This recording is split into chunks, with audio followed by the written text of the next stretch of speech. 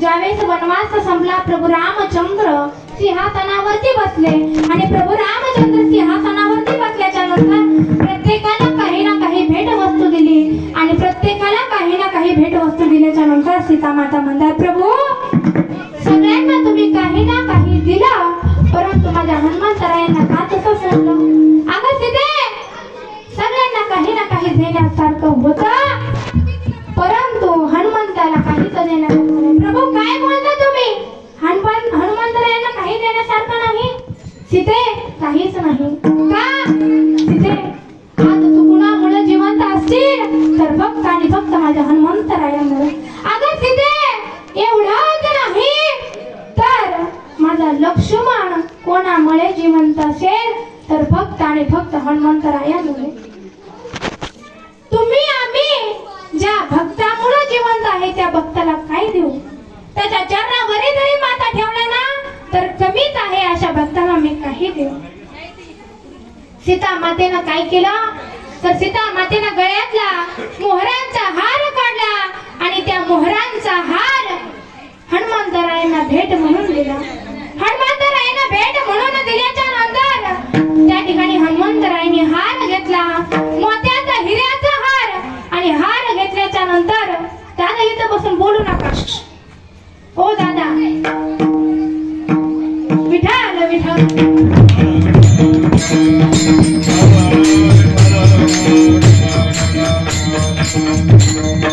कीर्तनामध्ये बसून बोलायचं नसतं बरं का.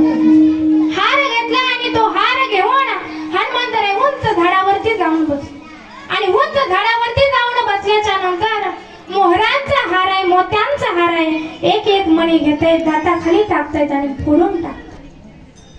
आज जे सोनं घेण्यासाठी तुम्ही आम्ही तडफडतोय तो सोन्याचा त्या मोत्याचा हार हनुमंतरायांनी दाताखाली घ्यावा आणि एक एक मणी फोडून टाकावा.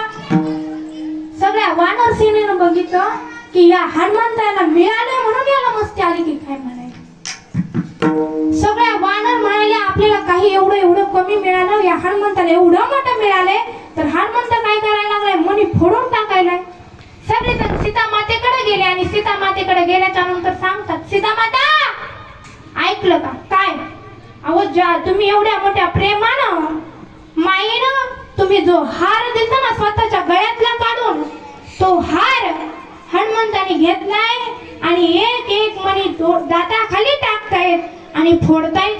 सीता मातेला खूप राग आला. कोणाला राग येणार नाही? प्रेमापोटी स्वतःच्या गळ्यातला हार काढून हनुमंतरायांना भेट वस्तू म्हणून दिली. सीता माता तडतड तडतड करत हनुमंतरायांकडे गेल्या आणि हनुमंतरायांकडे गेल्याच्या नंतर विचारलं, हनुमंता एवढ्या प्रेमानं मी तुला हार दिला र, परंतु तू का मणी घालून फोडून टाकते? सीता माता सोन्याचा हार आहे, मोत्याचा हार आहे, परंतु या हारामध्ये या मोत्यामध्ये माझा राम आहे का हे बघ. काय? या सोन्यात या हिऱ्यात माझा राम आहे का हे मी बघ. काय?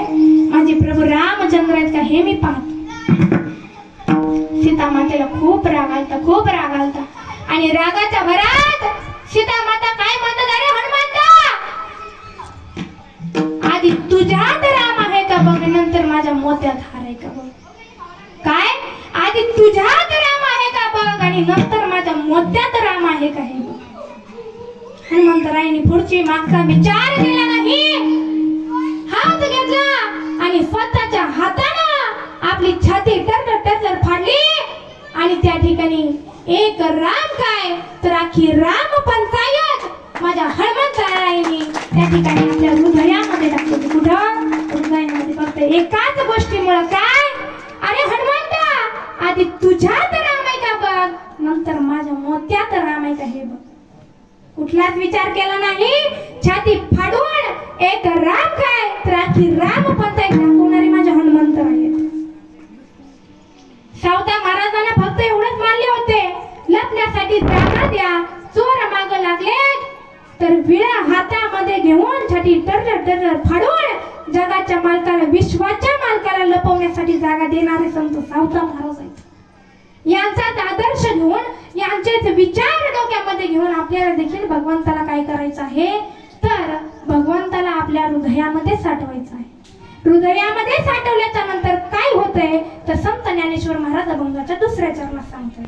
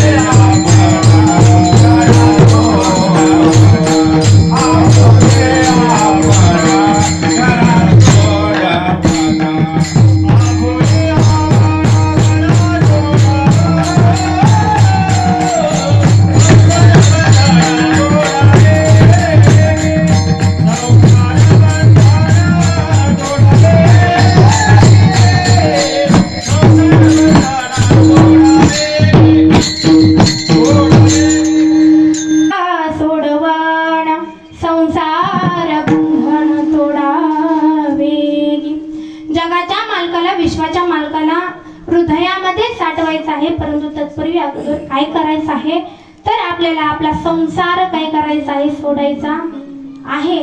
आता तुम्ही सगळेजण आम्ही संसारिक बांधव आहोत, मग संसार सोडायचा का तर नाही. तुम्ही संसार करा, परंतु त्या संसारामध्ये राहून काय करा तर भगवंताचं नामचिंतन करा. मग भगवंताचं नामचिंतन करायला सांगतायत म्हटल्याच्या नंतर आपण सगळ्यांनी एकदा नामचिंतन करू. सगळ्यांनी हात उंच घ्या. सगळ्यांनी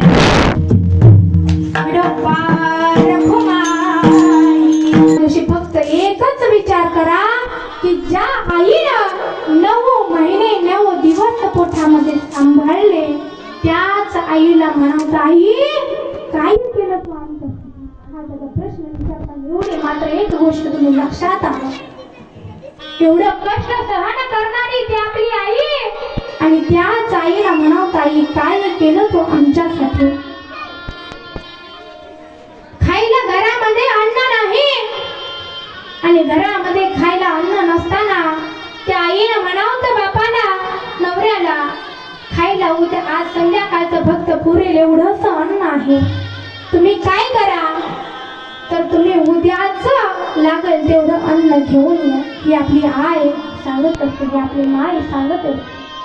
माईला लेकरांच्या जीवाची काळजी असते म्हणून ती काळजी करते. स्वतःच्या पोटाला खात नाही परंतु लेकराच्या पोटाला खाण्यासाठी त्याची ती आई असते.